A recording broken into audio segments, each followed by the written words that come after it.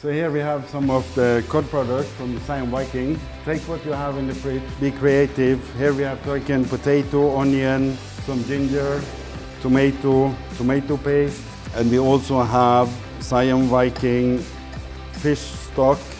Like here we have the cod tail without skin, and we have the haddock tail with skin, and then mix all in a pan. You can take what you have or what you like and add it in. And put it in a pan, then directly into the oven. 10 to 12 minutes. After 12 minutes in the oven, the fish is finished, and you can see the size of the cod tail. It's around 200 grams when I start, and it can handle to be fried and also in the oven for 12 minutes, and it's not shrink. You also see even the tail is flaking very nicely. So this is fresher than fresh, and enjoy the meal.